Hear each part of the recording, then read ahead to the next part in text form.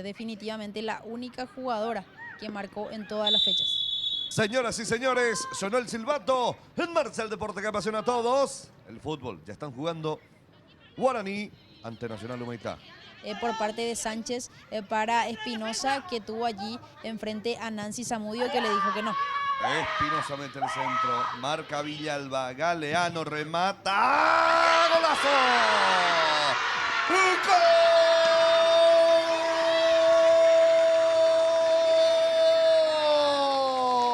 ¡Gol!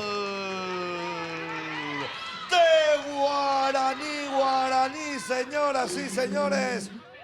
¿Qué le pasó a Florentino? Hizo el esfuerzo máximo Zamudio, pero no llegó a la ratonera, como se dice, se metió esa pelota. Tarjeta roja expulsada. Jorgelina González. Jorgelina González, tarjeta roja directa, ¿eh? Atención con este remate. Ahí va el disparo. ¡Golazo!